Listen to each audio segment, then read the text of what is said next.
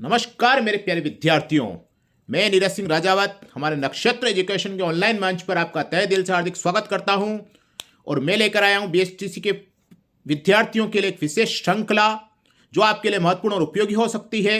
और आज हम चर्चा करने वाले हैं कई प्रश्नों के बारे में। अब हम चलते हमारे पहले प्रश्न की ओर। बाला किला कहाँ स्थित है?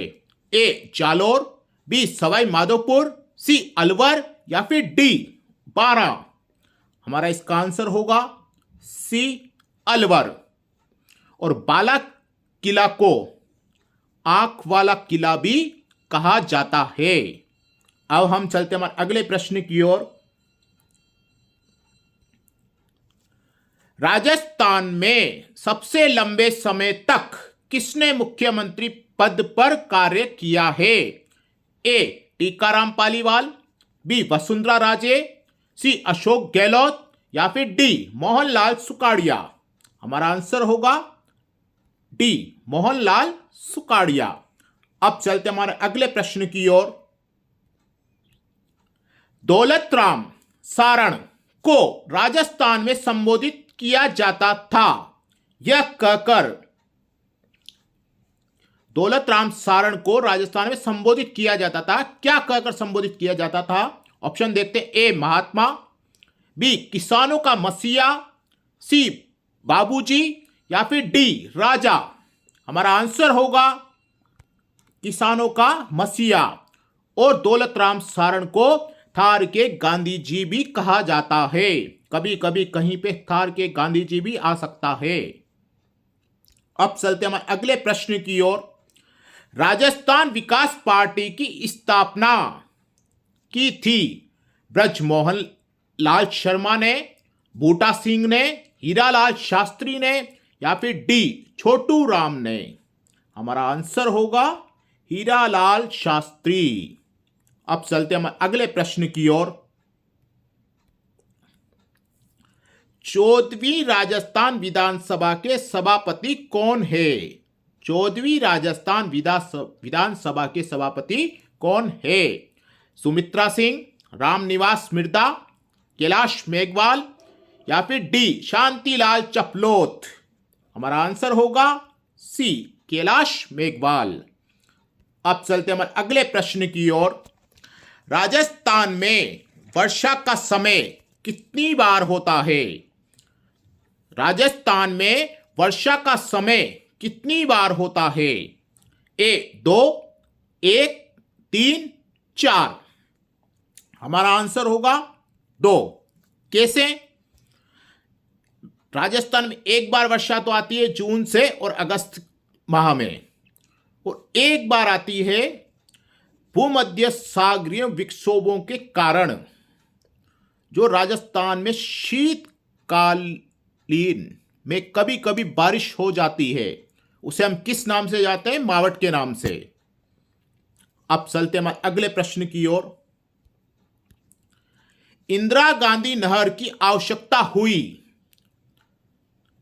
बरसात से, सर्दी से, पानी के अभाव से या फिर अत्यधिक गर्मी से? इंदिरा गांधी नहर की आवश्यकता क्यों हुई, किससे हुई, वो हम चर्चा करने वाले हैं। ऑप्शन दे रखे हैं हमें।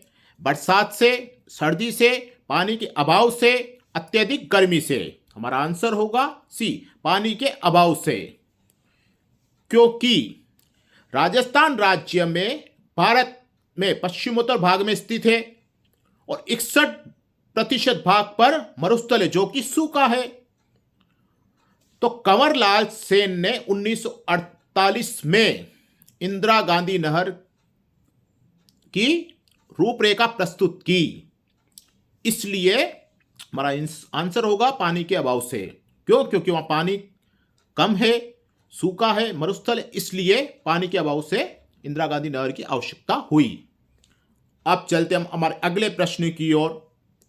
लूनी नदी का उद्गम स्थान निम्न जिले में है? नागौर, अजमेर, टोंक, चूरू। हमारा आंसर जो है वो है बी अजमेर। लूनी नदी जो है 495 किलोमीटर लंबी है और इसका उद्गम स्थान क्या है? अजमेर। और उद्गम स्थल पर इसका नाम सागरमती भी है। क्या है? सागरमती। लूनी नदी का दूसरा नाम क्या है? सागरमती।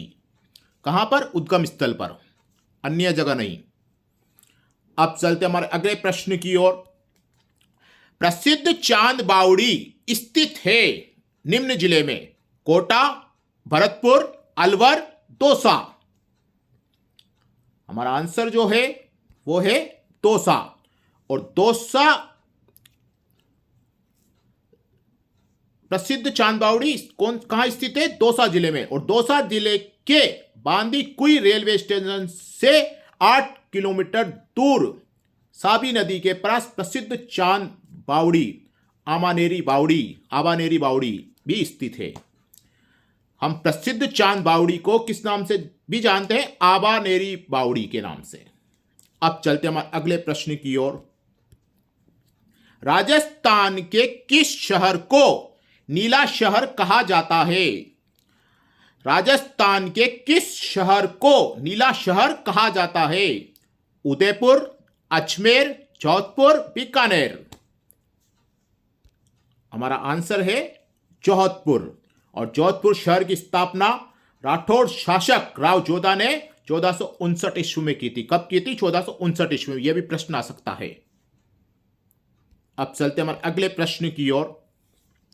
गार्डन बड़ा बाग स्थित है?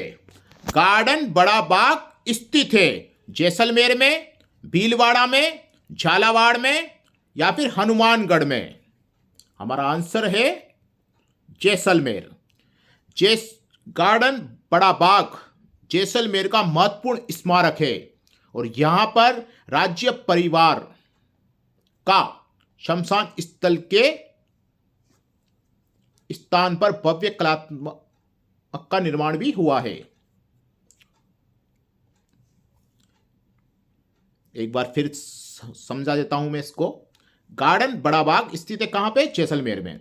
और जैसलमेर का महत्वपूर्ण स्थल है, महत्वपूर्ण स्मारक है क्या? गार्डन बड़ा बाग। और यहां पर राज्य परिवार का शमशान स्थल भी है। और इस स्थान पर 104 भव्य कलात्मक स्मारक का निर्माण हुआ है। अब चलते हमारे अगले प्रश्न की ओर। विजय सिंह पथिक राजस्थान के स्वतंत्रता सेनानी। उन्होंने एक समाचार पत्र निकाला जो इस नाम से जाना जाता था। राजस्थान केसरी, नवीन राजस्थान, प्रभात या फिर राजस्थान पत्रिका। हमारा आंसर होगा राजस्थान केसरी। अब चलते हमारे अगले प्रश्न की ओर। हबीब तनवीर की फिल्म चरणदास चोर राजस्थान के किस लेखक द्वारा लिखी गई? मालचंद तिवारी, हरीश बादानी, विजय दान देथा या फिर अर्जुन देवचारण? हमारा आंसर होगा विजय दान देथा। अब चलते हमारे अगले प्रश्न की ओर। राजस्थान में निम्न में से किसे पद्म विभूषण से सम्मानित किया गया? ए कोमल कोठारी, विजय शंकर व्यास, नटवर सिंह, नरेश चंद्र? हमारा आंसर होगा नरेश चंद्र। अब देखते हैं अगला प्रश्न। कमलेश नागर कोटी भारत अंडर 19 के विश्व कप में खेला है निम्न वर्ष में? 2016 में, 2015 में, 2018 में या फिर 2014 में? हमारा आंसर होगा 2018 में। अब चलते हम अगले प्रश्न की ओर। राजस्थान के शुष्क रेगिस्तान में भारत अपनी अंतर्राष्ट्रीय सीमा साझा करता है निम्न के साथ। किसके साथ करता है? नेपाल, चीन, पाकिस्तान, अफगानिस्तान? हमारा आंसर होगा पाकिस्तान। अब चलते हमारे अगले प्रश्न की ओर। उत्तरी अरावली क्षेत्र में राजस्थान का निम्न जिला सम्मिलित है? ए दौसा, बी सिरोही, सी अजमेर या फिर डी टोंक? हमारा आंसर होगा ए दौसा। अब चलते हम हमारे अगले प्रश्न की ओर। पंचायती राज व्यवस्था का आरंभ भारत में राजस्थान के नागौर से किस वर्ष में हुआ? 1958, 1959, 1957, 1956। प्रश्न पढ़ते हैं। पंचायती राज व्यवस्था का आरंभ भारत में राजस्थान के नागौर से किस वर्ष में हुआ? हमारा आंसर होगा 1959। 2 अक्टूबर 1959 को हुआ था। और किसने किया था? प्रधानमंत्री जवाहरलाल नेहरू ने। किसने किया था? प्रधानमंत्री जवाहरलाल नेहरू ने। यह भी प्रश्न आ सकता है आपके पेपर में। अब चलते हमारे अगले प्रश्न की ओर। मीना समुदाय का परंपरागत नेता इस नाम से जाना जाता है। मीना समुदाय का परंपरागत नेता इस नाम से जाना जाता है। पटेल, भगत, कर्मा, मुकद्दम। हमारा आंसर होगा पटेल। और मीना भारत की सबसे प्राचीन जनजाति है और भारत की तो सबसे प्राचीन जनजाति है। क्या है? सबसे प्राचीन जनजाति। और राजस्थान की सबसे बड़ी जनजाति कौन सी है? मीना समुदाय। अब चलते हमारे अगले प्रश्न की ओर। राष्ट्रीय मार्ग संख्या 8 जो दिल्ली को मुंबई से जोड़ता है, राजस्थान से गुजरता है, यह राजस्थान में कितने किलोमीटर का है? राष्ट्रीय मार्ग संख्या 8 जो दिल्ली को मुंबई से जोड़ता है और राजस्थान से गुजरता है, यह राजस्थान में कितने किलोमीटर का है? ए 700, बी 560, सी 688 या फिर डी 720। हमारा आंसर होगा 688 किलोमीटर। तो किलोमीटर का है 688 किलोमीटर। अब चलते हमारे अगले प्रश्न की ओर। राजस्थान में केंद्रीय विश्वविद्यालय की स्थापना हुई कौन से वर्ष में हुई? 2007, 2008, 2009 या फिर 2011? हमारा आंसर है 2009। राजस्थान में केंद्रीय विश्वविद्यालय की स्थापना 2009 में हुई। अब चलते हमारे अगले प्रश्न की ओर। वर्ष 2017 का साहित्य अकादमी दिल्ली का राजस्थानी का पुरस्कार किसे मिला? BL व्यास को, अंबिका दत्त, हेतु, नीरज डालिया को? हमारा आंसर है नीरज डालिया। और वर्ष 2017 का साहित्य अकादमी दिल्ली का राजस्थानी पुरस्कार किसको मिला? नीरज डालिया को। और क्यों मिला?